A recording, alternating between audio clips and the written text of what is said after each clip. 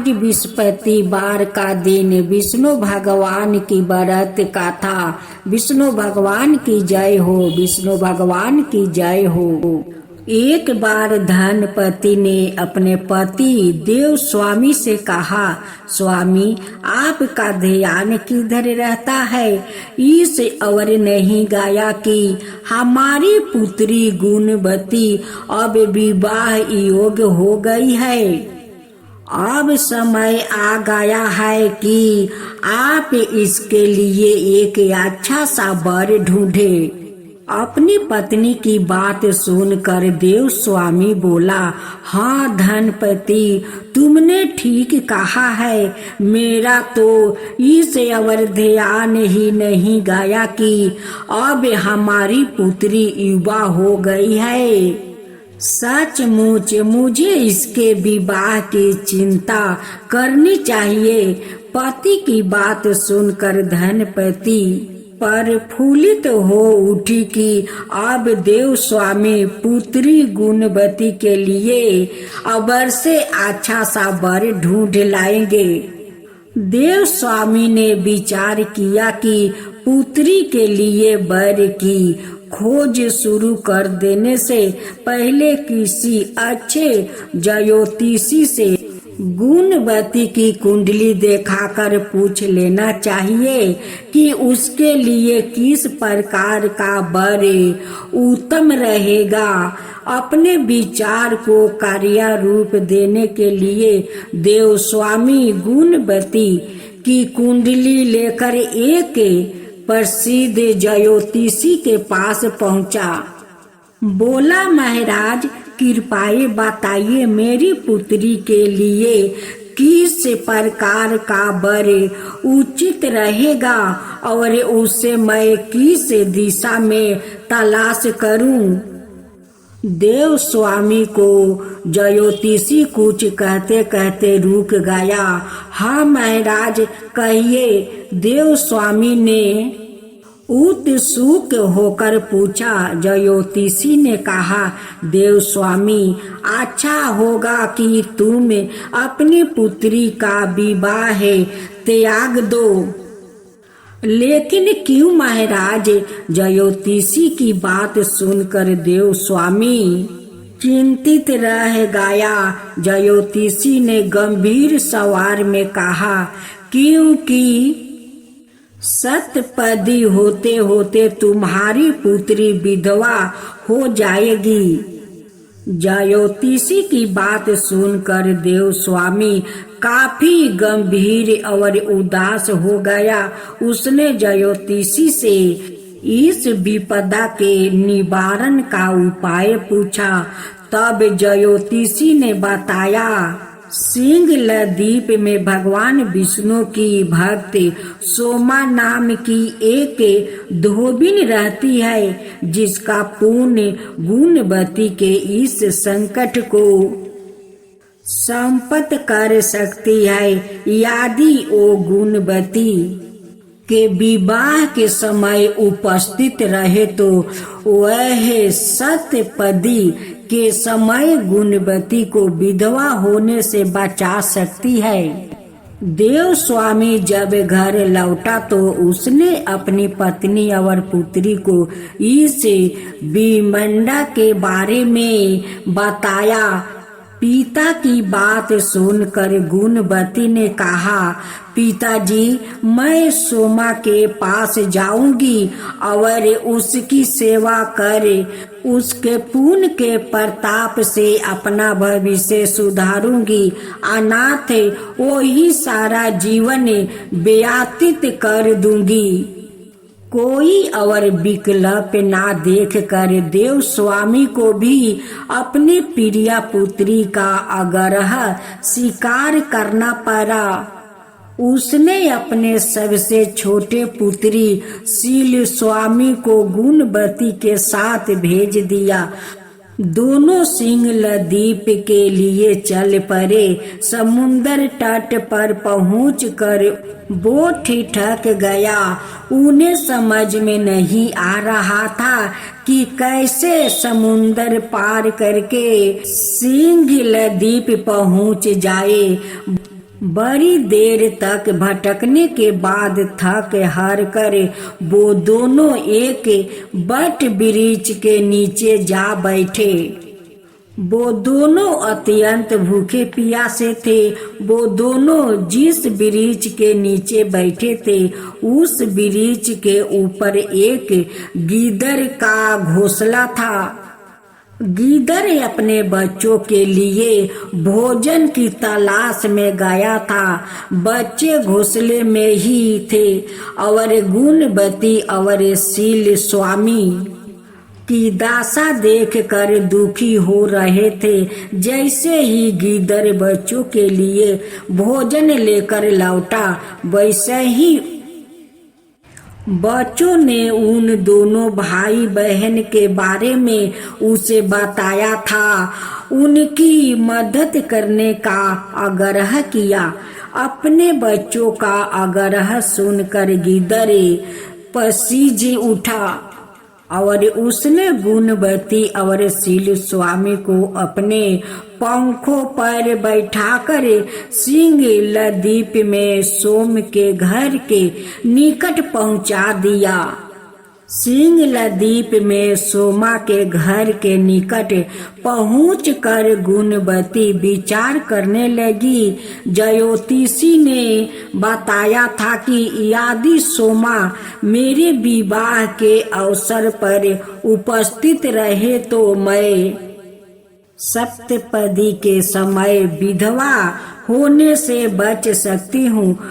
अंत सोमा को प्रसन्न करके ही साथ चलने का आग्रह किया जा सकता है।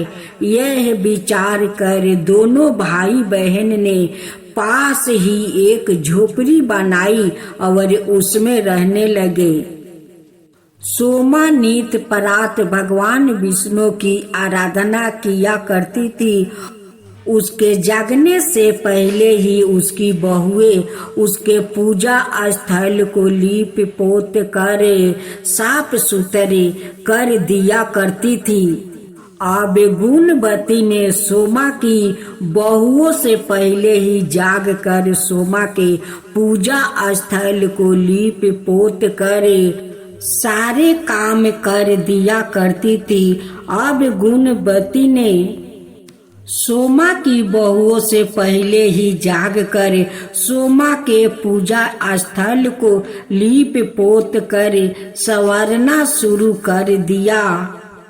सोमा का ध्यान शीघ्र ही इस ओर गया कि मेरा पूजा स्थल जिस ढंग से संवारा जाता है उस ढंग से मेरी बहू कभी नहीं संवारती है। उसकी बहुओं ने झूठ बोल दिया कि हम लोग ही यह काम करती हूँ।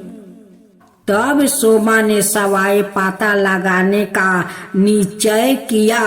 वो रात भर जागती रही। रात्रि के अंतिम पहर में उसने एक युवती को पूजा स्थल को लिपते हुए देखा। सोमा तत्काल उसके पास पहुंची और बोली, पुत्री तुम कौन हो और प्रत्येक दिन मेरे स्थल की साफ सफाई क्यों करती हो? तब गुणवती सोमा से अपना परिचय देते हुए अपने संकट के बारे में बताया और उसे अपने साथ चलने का आग्रह किया। गुणवती की सेवा भावना देखकर सोमा का मन बिहुल उठा। वो गुणवती के साथ चलने के लिए तैयार हो गई। शुभ मुहूर्त पर गुणवती का विवाह समारोह प्रारंभ हुआ। सप्तपदी पूर्ण होते होते वर अचेत होकर गिर पड़ा। तत्काल उसकी मृत्यु हो गई। तब सोमा भगवान विष्णु से प्रार्थना करने लगी, हे भगवान, मेरे पुण्य का फल वर को देकर उसे जीवित कर दो। भगवान विष्णु ने सोमा की प्रार्थना स्वीकार करते हुए वर को जीवित कर दिया। गुणवती पति को जीवित पाकर भाव विभोर हो गई। सोमा अपना काम में पूरा करके सिंह लदीप लौट गई। घर पहुंचकर उसे एक हृदय विदारक दृश्य देखने को मिला। पूर्णवती सोमा की अनूप स्थिति में उसके पति पुत्र एवं दामाद की मृत्यु हो गई थी। परिजन उनके शवों के निकट विलाप करते हुए सोमा के आने की प्रतीक्षा कर रहे थे। सोमा ने उसी समय भगवान विष्णु का स्मरण करते हुए पीपल का वृक्ष की 108 परिक्रमा की। इससे भगवान विष्णु ने प्रसन्न होकर सोमा का पति पुत्र और दामाद को जीवित कर दिया। यह देखकर सोमा की बड़ी बहू ने कहा, हम लोग भी आज से भगवान विष्णु की आराधना किया करूंगी। सोमा कोई उत्तर दे पति इससे पूर्व ही भगवान विष्णु प्रकट हो गए। उन्होंने सोमा की बहुओं को समझाते हुए कहा, यह मात्र मेरी कृपा का परिणाम नहीं है, यह तो सोमा के उस पुण्य का परिणाम है जो इसने निष्ठा, लगन और परोपकार का द्वारा अर्जित किया है। मैं भी उसी की सहायता करता हूँ जो अन्य बड़े को त्याग कर मौन साधना और परोपकार में मन लगाता है। भगवान विष्णु की बात सुनकर सोमा की बहुओं की आंख खुल गई और उन्होंने भी ईश्वर की मन साधना और परोपकार का पालन किया। ओ माघ माह की अमावस्या का दिन था।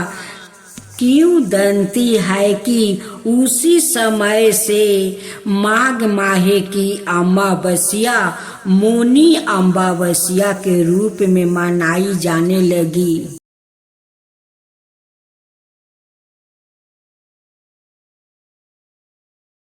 माँ तुलसी की जय हो, माँ तुलसी की जय हो, विष्णु भगवान की जय हो, विष्णु भगवान की जय हो। दैत्यराज कलनेमी की कन्या बिंदा का विवाह जलंधर से हुआ। जलंधर महाराक्षस था, अपनी साता के पद में चूर है। उसने माता लक्ष्मी को पाने की कामना से युद्ध किया, परंतु समुद्र से ही उत्पन्न होने के कारण माता लक्ष्मी ने उसे अपने भाई के रूप में स्वीकार किया। वहाँ से पराजित होकर वो देवी पार्वती को पाने की लालसा से कैलाश पर्वत पर गया। भगवान देव शिव का ही रूप धारण कर माता पार्वती के समीप गया, परंतु माँ ने उन्हें योग बल से उसे तुरंत पहचान लिया और वहाँ से अंतर्ध्यान हो गई। देवी पार्वती ने क्रोध होकर सारा वृत्तांत भगवान विष्णु को सुनाया। जलंधर की पत्नी बिंदा अत्यंत पतिव्रता स्त्री थी। उसी के पतिव्रता धर्म की शक्ति से जलंधर ना तो मारा जाता था और ना ही पराजित होता था। इसलिए जलंधर का नाश करने के लिए बिंदा का पतिव्रता धर्म को भंग करना बहुत आवश्यक था। इसी कारण भगवान विष्णु ऋषि का भेष धारण कर वन में जा पहुँचे, जहाँ बिंदा अकेली बर्मन कर रही थी। भगवान के साथ 2 मायावीर राक्षस भी थे, जिन्हें देखकर बिंदा भयभीत हो गई। ऋषि ने बिंदा के सामने पल में दोनों को भस्म कर दिया। उनकी शक्ति देखकर विंदा ने कैलाश पर्वत पर महादेव के साथ युद्ध कर रहे अपने पति जलंधर के बारे में पूछा। ऋषि ने अपने माया जाल से 2 बांदर प्रकट किया। एक बांदर के हाथ में जलंधर का सिर था और दूसरा के हाथ में धर। अपने पति की यह दशा देखकर विंदा मूर्छित होकर गिर पड़ी। होश में आने पर उन्होंने ऋषि रूपी भगवान से विनती की कि वो उसके पति को जीवित करे। भगवान ने अपनी माया से पूर्ण जलंधर का सिर धर से जोड़ दिया और सवाए भी वो उसी शरीर में प्रवेश कर गए। विंदा को इस छल का तनिक भी आभास नहीं था।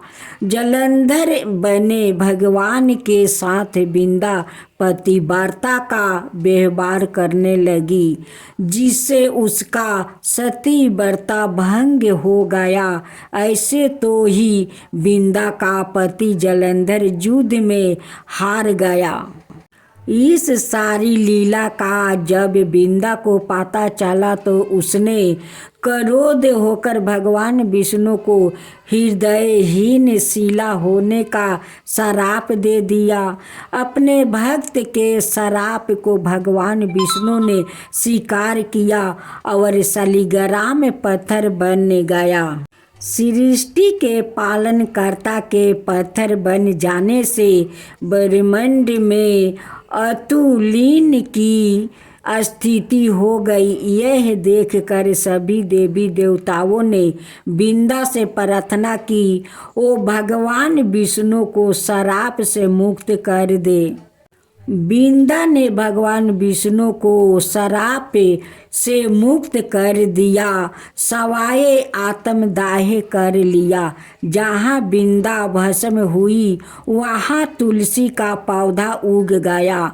भगवान विष्णु ने विंदा से कहा, हे विंदा, तुम अपने सती व्रता के कारण मुझे लक्ष्मी से भी अधिक प्रिया हो गई हो। अब तुम तुलसी के रूप में सदा मेरे साथ रहोगी।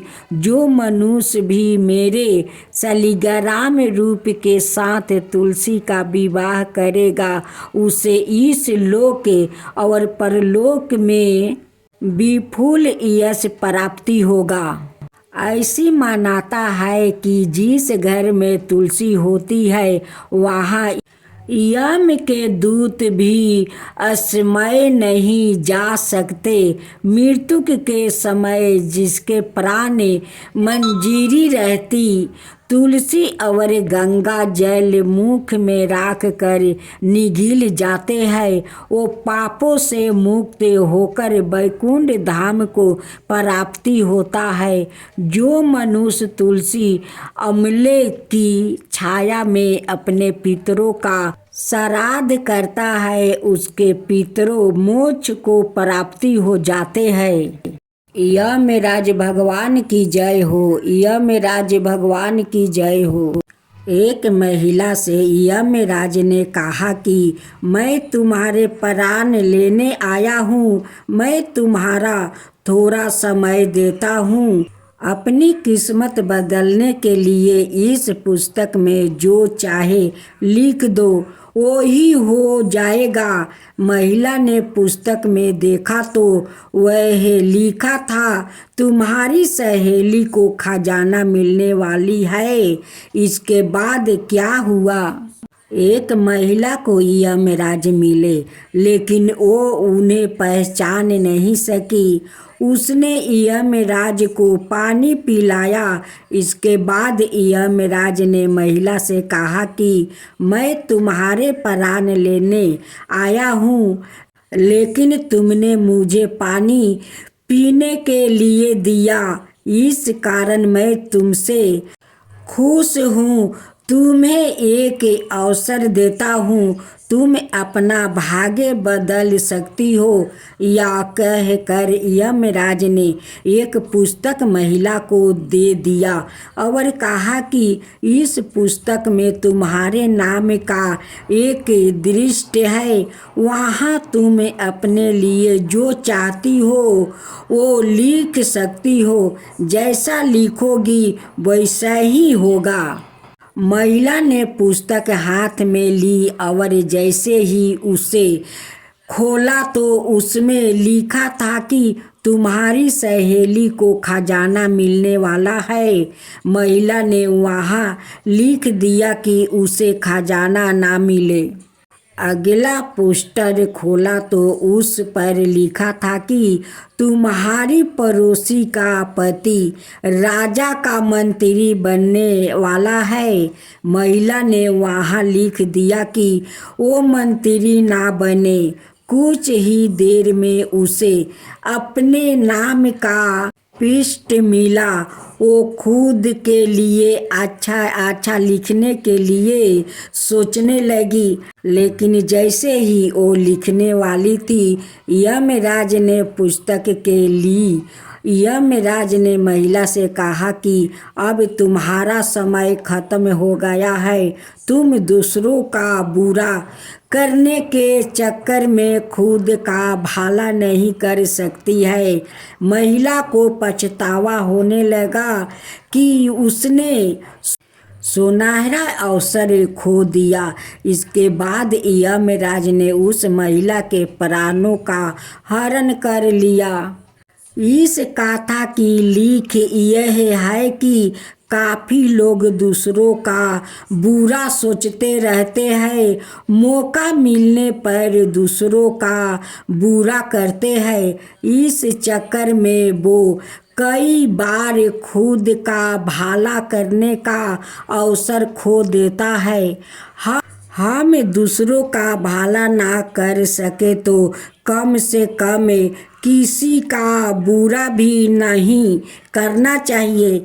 यही सच्ची मानवता है। अगर वो महिला अपनी मित्र और पड़ोसी का बुरा नहीं सोचती तो खुद का भाग्य बदल सकती थी, लेकिन उसने पहले उनका बुरा करने की सोची और खुद के प्राण नहीं बचा सकी। आज आप सुने जगन्नाथ भगवान का खूब सुंदर कथा। एक गांव था। उस गांव में एक पति और पत्नी रहा करते थे, लेकिन वो लोग का कोई संतान नहीं था। हर साल वो दोनों पति पत्नी जगन्नाथ भगवान का मंदिर दर्शन करने जाते थे। एक दिन की बात है, दोनों पति पत्नी जगन्नाथ भगवान को मंदिर दर्शन करने जा रहे थे। रास्ते में बहुत लंबा लाइन था। उसी लाइन में वो दोनों पति पत्नी पड़े हुए थे। उसी भीड़ में 5 चोर था। जो चोर जा रहा था, जगन्नाथ भगवान का मंदिर में बहुत सोना दाना था, उसी को चोरी करने जा रहा था। सुबह से सारे भक्तों जाकर लाइन में खड़े थे, लेकिन भगवान को पास वो लोग नहीं पहुँच पा रहे थे। वो 5 पापी के कारण सभी लोग का कष्ट सहना पड़ा। सभी भक्त कहने लगे कि हम लोग हर साल आते हैं, जगन्नाथ भगवान को दर्शन करते हैं, 2 घंटा में हम लोग मंदिर आ जाते हैं। आज सुबह से आकर हम लोग लाइन में खड़े हैं, लेकिन भगवान का पास नहीं पहुंच पाते हैं। क्या बात है कि हम लोग आज पहुंच नहीं पा रहे हैं। हे जगन्नाथ भगवान, हम लोग से क्या ऐसा भूल हो गया है कि आपको दरवाजा तक हम लोग नहीं पहुंच पाते हैं। सभी भक्त जगन्नाथ भगवान के स्मरण करने लगे कि भगवान, आपका दर्शन के लिए मैं हर साल आता हूँ, आज आपका दर्शन नहीं हो रहा है, आपका दरवाजा तक हम लोग नहीं पहुँच पा रहे हैं। अब तो जगन्नाथ भगवान को, अपना भक्त को दुख देख कर उस 5 चोर का अंधा बना देते हैं। अब पांचों चोर उधर घूर घूर करने लगे, इधर घूरे उधर घूरे, लेकिन वो लोग का तो रास्ता नहीं दिख रहा था। अब चोर लोग पांचों पीछे पड़ गया। अब पांचों चोर पीछे रह गया। अब तो सारे भक्त भगवान को दरवाजा तक पहुंच गया। सभी भक्त कहने लगे कि क्या बात है, अब हम लोग इतना जल्दी भगवान के दरवाजे तक पहुंच गया, अब भगवान से दर्शन भी कर लिया। सभी भक्त लोग जगन्नाथ भगवान को दर्शन किया, पूजा पाठ किया और सभी भक्त अपना अपना घर लौट रहे थे। दोनों पति पत्नी वो भी अपना घर लौट जा रहे थे। रास्ते में जाते जाते देखते हैं कि एक गाछ के भीड़ी वो पांचों चोर बैठा है। उनकी आँख से तो कुछ लगता नहीं है कि वो कहीं जा सके। उस औरत अपना पति से कहती है कि ये पांचों लोग तो हम लोग के साथ जा रहे थे जगन्नाथ भगवान से दर्शन करने, ये लोग ये गाछ के भीड़ी क्या कर रहे हैं। पांचों चोर वो दोनों की बात सुनकर कहने लगे कि भाई हमें अपना साथ ले चलो, हम लोग का आँख से कुछ नहीं दिख रहा है। हम पांचों इसी गाछ के पास सारा रात थे, हम लोग का तो रास्ता नहीं दिखता है कि हम लोग कहीं जा सके, आप मुझे ले चलिए। अब दोनों पति पत्नी कहने लगे वो पांचों चोर से कि आप लोग तो हम लोग के साथ जगन्नाथ भगवान के मंदिर जा रहे थे, यहाँ क्यों आप लोग बैठ गए और आप लोग कैसे अंधा हो गए, एक कारण क्या है। तब एक चोर कहता है कि हम लोग चोर है, हम लोग जा रहे थे जगन्नाथ भगवान का मंदिर में सोना दाना लूटने के लिए, उस लिए जगन्नाथ भगवान ने हम लोग के अंधे कर दिया है कि नहीं हम लोग के आँख रहेगा और नहीं भगवान को सोना दाना हम लोग लूटेंगे, इसलिए भगवान हम लोग के अंधे बना दिया है। दोनों पति पत्नी कहने लगे कि आप लोग कैसा चोर है कि भगवान का मंदिर में लूटने जा रहे थे। देखिए सभी लोग भगवान के मंदिर में कुछ ना कुछ मांगने जाते हैं और आप पांचों भगवान का मंदिर लूटने जा रहे थे, उस लिए देखो भगवान आप पांचों को अंधा बना दिया है। उस लिए हम लोग आप लोग के कारण उस रास्ते में उस भीड़ में अटके थे, हम लोग भगवान के पास नहीं जा रहे थे। आप लोग तो पापी है, पाप करने जा रहे थे। आप पापी के साथ साथ उनकी भक्त लोग कितना तकलीफ सहा। अगर आप लोग का भगवान अगर अंधा नहीं बनाते तो हम लोग के शायद भगवान से दर्शन नहीं होता, हम लोग वही लाइन में खड़े रह जाते, लेकिन किसी को भगवान से दर्शन नहीं होता। अब तो पांचों चोर हाथ जोड़कर माफ़ी मांगने लगे कि बहन आप मुझे माफ़ कर दीजिए, भैया आप मुझे माफ़ कर दीजिए, इस पापी को माफ़ कर दीजिए, आज से हम लोग कभी चोरी नहीं करेंगे। दोनों पति पत्नी कहने लगे कि ठीक है, हम दोनों पांचों को उस मंदिर ले जाएंगे और भगवान का मंदिर में जाकर वहाँ पर बोलो कि हम लोग कभी चोरी नहीं करेंगे। हे भगवान हम लोग कभी चोरी नहीं करेंगे, तभी न हम लोग मानेंगे। जब दोनों पति पत्नी वो पांचों चोर को मंदिर के सामने ले गए, पुजारी कहने लगे कि ये पापी है, तुम लोग क्यों इस पापी को लाते हो, क्यों लाते हो, ये तो पांचों पापी है, भगवान को लूटना चाहता था, उसलिए जगन्नाथ भगवान ने पांचों को अंधा बना दिया, ये लोग का तो कभी माफ़ी नहीं मिलेगा। पांचों चोर भगवान का दरवाजे पर दंडवत प्रणाम करते हैं, पुजारी से माफ़ी मांगते हैं कि हे पुजारी जी हमें माफ़ कर दीजिए, हे महात्मा जी हमें माफ़ कर दीजिए, हम लोग अब ऐसा काम कभी नहीं करेंगे, आज से हम लोग कभी चोरी नहीं करेंगे, आप मुझे माफ़ कर दीजिए। दोनों पति पत्नी हाथ जोड़कर जगन्नाथ भगवान से कहने लगे कि भगवान, ये पांचों को माफ़ कर दीजिए, इनकी नैन दे दीजिए, इनकी माफ़ कर दीजिए, अब ये लोग कभी चोरी नहीं करेगा। पांचों चोर उस पुजेरी बाबा से कहने लगे कि हे महात्मा जी, आप कोई उपाय बताइए कि हम लोग जो पाप करने आए थे वो पाप से कैसे हम लोग के मुक्ति मिलेगा, उसका उपाय बता दीजिए। पुजेरी जी कहते हैं कि उपाय तो है लेकिन बहुत कठिन है। तुम लोग का निर्जल उपवास रह करे पाप मोचनी एकादशी व्रत करना होगा, तभी तुम लोग के पाप से मुक्ति मिलेगा। पांचों चोर कहने लगे कि हे पुजेरी बाबा, हम लोग के तो पता नहीं है कि पाप मोचनी एकादशी का विधि विधान क्या है, कैसे लोग करते हैं, हम लोग के पता नहीं है। पांचों चोर का पुजेरी बाबा सारे विधि विधान बताते हैं और कहते हैं कि अगर ऐसा तुम पांचों निर्जाला होकर पाप मोचनी व्रत करो तो तुम्हारा पाप से मुक्ति मिल जाएगा। वो दोनों पति पत्नी पांचों चोर को उनकी घर तक पहुंचा आते हैं। पुजेरी का कहे अनुसार पांचों चोर श्रद्धा पूर्वक पाप मोचनी व्रत किया और वो पांचों को नैन आपस मिल गया। तब से वो पांचों चोर चोरी करना छोड़ दिया और धर्म के राह पर चल दिया। वो पांचों पाप मोचनी व्रत करने लगे।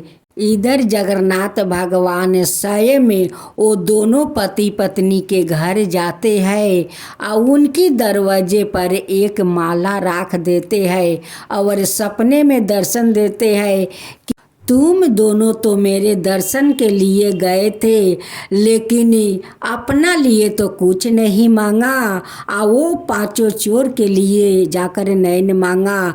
मैं बहुत प्रसन्न हूँ, तुम लोग पर बहुत प्रसन्न हूँ, तुम लोग का श्रद्धा भक्ति देखकर मैं बहुत प्रसन्न हूँ, उसलिए तुम्हारे दरवाजा पर एक माला रख दिया है। जब उनकी पत्नी की आंख खुली तो अपना पति से कहने लगी कि सुनते हो जी, जगन्नाथ भगवान ने आज सपने में दर्शन दिया है। वो कहने लगे कि तुम वो पांच चोर के लिए नैन मांगी लेकिन अपना लिए कुछ नहीं मांगी। मैं तुम्हारा श्रद्धा भक्ति देख कर मैं तुम्हारा दरवाजा पर एक माला छोड़ दिया है। दोनों पति पत्नी उठकर जब अपना दरवाज़ा खोलते हैं तो देखते हैं कि साक्षात वहाँ पर एक सोना का माला है।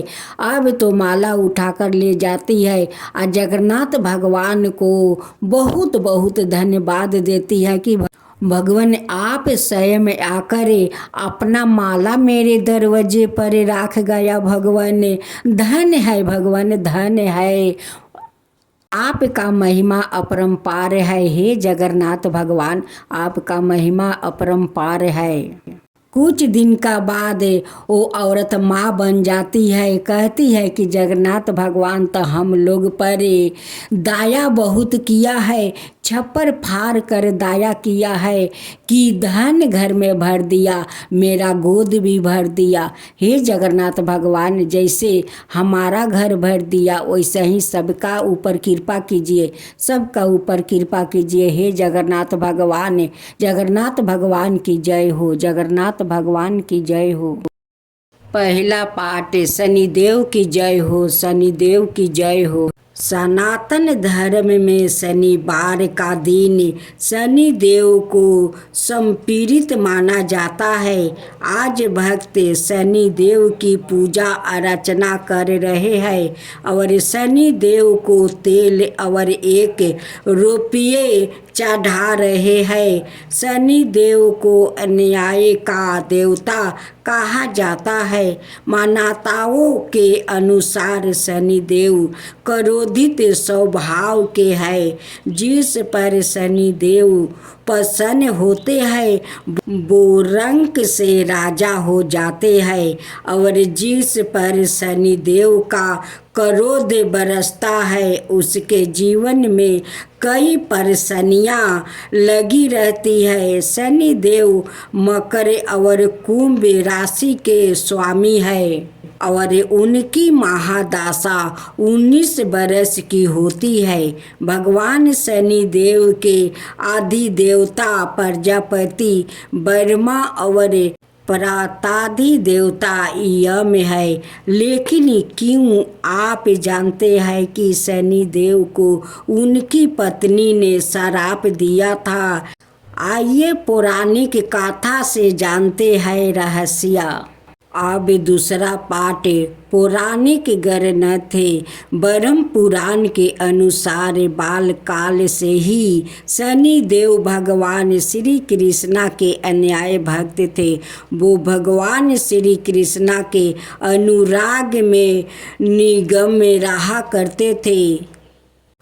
बाहुबस्ता में उनकी पिताश्री ने उनका विवाह चित्ररथ की कन्या से करवा दिया।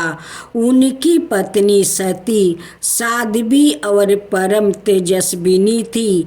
एक रात्रि वो ऋतु स्नान करे पुत्र प्राप्ति की इच्छा लिए शनि देव के पास पहुंची, पर देवता तो भगवान श्री कृष्णा के ध्यान में लीन थे।